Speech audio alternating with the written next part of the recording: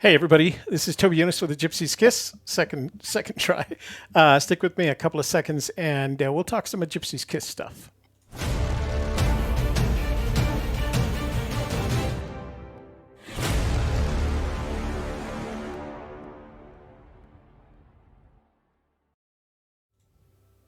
So let me tell that story one more time. I was planning to release this as a premiere at 6 o'clock, and we plan to do this every Monday from now on. We're going to be releasing a video at 6 o'clock on Mondays.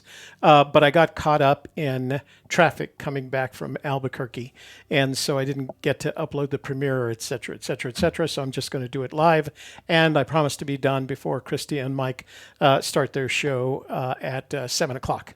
So you can see that I've switched over to the slide mode.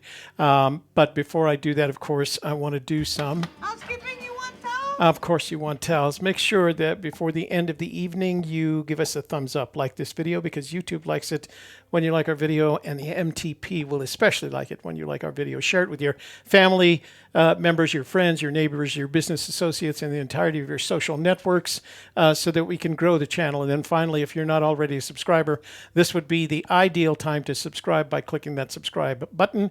And then when you see the notifications bell, click on the notifications bell. And that way, when we start a live stream, whether it's on time or not, or whether when we schedule a live stream, you'll be immediately informed in, as the MTP likes to say, in the know. Huli, I updated the information. Am I going to have to refresh this? So I can't see chat now.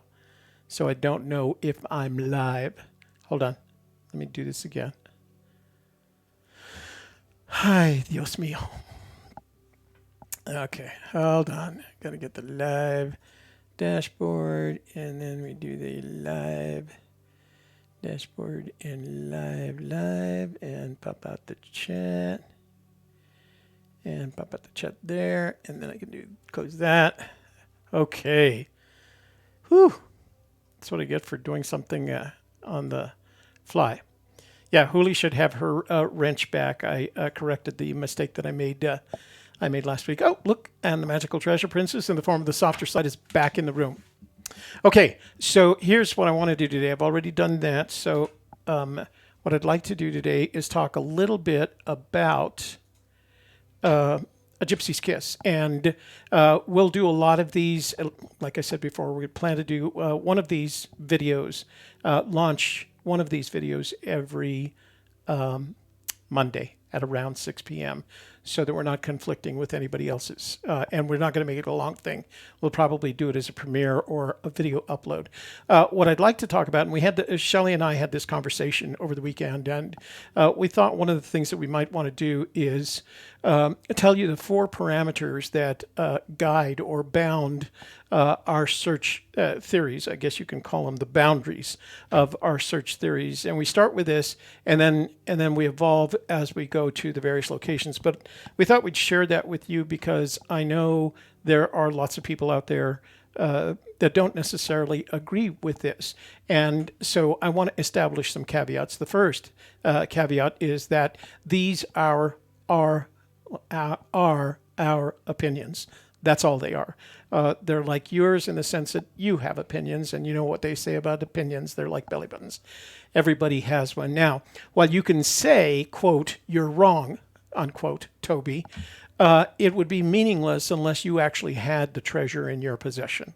So we are no more or no less wrong than anybody else that doesn't have the treasure, all right? And to the best of our knowledge, at the point that I'm making this video, no one has their treasure in their possession. So here are the 4 parameters that give the boundaries to our search theories. You can call it being in the box, but it's our box, okay? The first is the context. We think that the context is important. And the other night in our member vault group, and I'll play a promo for that in just a minute. In our member vault group, we had a big discussion about context. And by the end of the conversation, I think we had a list of between 30 and 40 possible contexts. And we didn't actually, on that night, have to state what our perspective or what our particular context was. So I'm going to do it tonight. Our context for the poem, the thing, the element, the characteristic of the poem that kind of motivates it, is a hero's journey through time, past, present, and future. And the reason we've come to that conclusion is because we believe that's the way that Fenn thinks, not only for himself, but for all the people searching for his treasure. So everything inside the poem, whether it is in the first stanza, the middle stanzas, or the last, is motivated by the idea that it's driven by his journey through the past, present, and future, and the expectation that the finder will have a journey of their own through the past, present, and future. Now, there's lots of options. It could be art galleries or art. It could be anthropology. It could be archaeology. It could be geology. It could be map reading. It could be flying. It could be fishing. It could be family lore, etc., etc. There's lots of options. This is the option we've chosen because it fits with where we're planning to take our search theory. Parameter number 2, we firmly believe that Fenn hid his treasure in New Mexico. In the book, he says he hid it. It's in the mountains somewhere north of Santa Fe. We do not believe that had he hid it further north than the mountains of Santa Fe, it wouldn't make sense. In addition to that, and you've heard all these arguments before from us, in addition to that, there were 1,000 copies of the book published. All those were put in the Collected Works bookstore in New Mexico. So he wanted a limited audience to that. And I'm going to take this example of the recent children's book that he published, Educating Artie, which is about, or the Educating Artie, which is about his granddaughter.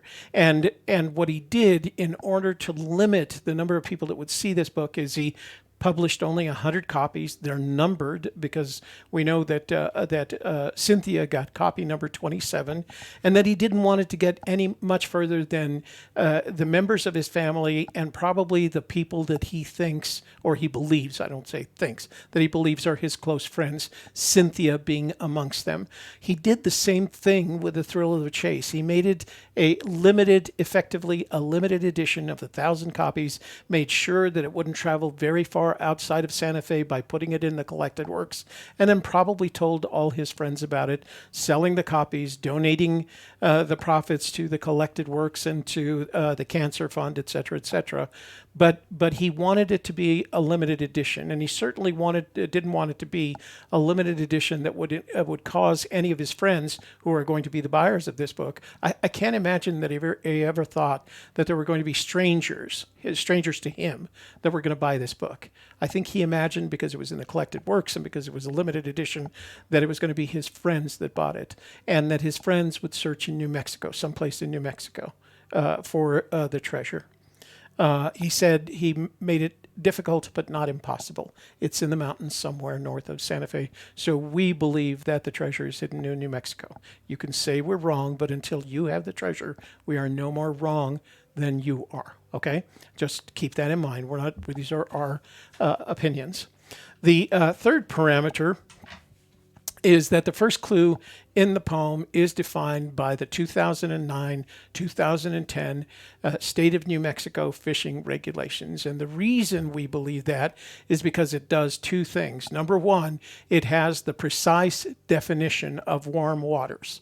And it uses that, and it defines it, and it says what they are in deference to what they aren't. And then, in addition to that, it established not only by map, but in paragraphs of text, the precise locations all over the northern part of New Mexico where warm waters halt.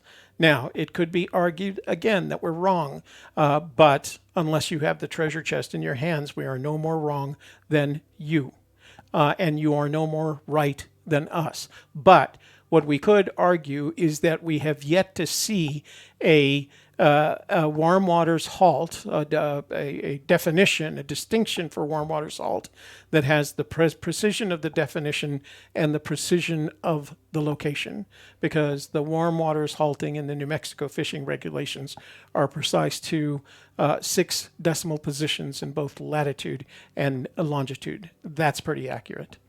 And then the last parameter that we use is that we believe that the last clue in the poem is connected to a solar event of some kind. We don't know what it is, but we believe it's a solar event of some kind that makes that place very much special to him. And what makes it special is that the event occurs on or around the summer solstice. Now, the simple fact of the matter is, generally speaking, if you have an event like this, it can range, because the sun is kind of the sun only changes position by 4 minutes a day,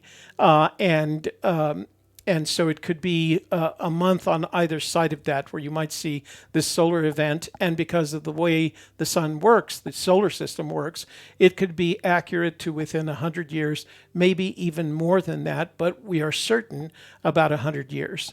So those are the 4 parameters that motivate our theories.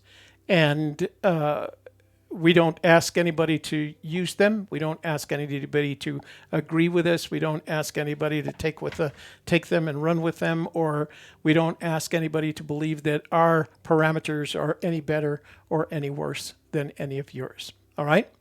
So I just wanted to get that out there, give you guys something to think about. And as I said, Shelley and I are planning to do this planning to produce a video like this every Monday.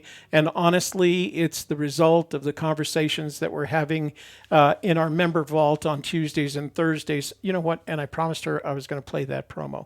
So I'm going to play the member vault promo, because we're having a good time in there. And it is, for lack of a better way to describe it, it is the most intellectually stimulating conversations we've had with other members of the search community since I got into the search. So let me play this promo. So if you're a brand new searcher, what's the first thing you want to do is read the book. So we're going to read the book. And then we're going to also, at the same time, match it up to the poem. So what did this chapter say to you about what do you see in the poem? How do they fit together? So we're going to work the poem and the book together. Now you can join at any time. It's going to be an open door membership. In the bonus section on the member vault, we have added 2 videos that Toby produced. Is he saying there is stuff in life that isn't worthy of spending time knowing, or that the real test of your intelligence is knowing the stuff that everybody else thinks is not worthy of knowing? You know, when he talks about no special knowledge is needed to find the treasure, but maybe you need to know those things not worthy of knowing in order to find the treasure. Shelley did a great job on that video. Thank you for that, Treasure Princess. All right, thanks for joining me tonight. I promised I was going to be off, not to anyone but myself, that I would be off before Christy and Mike started their show. If you have any comments that you'd like to address, make sure you put them in the comments box below.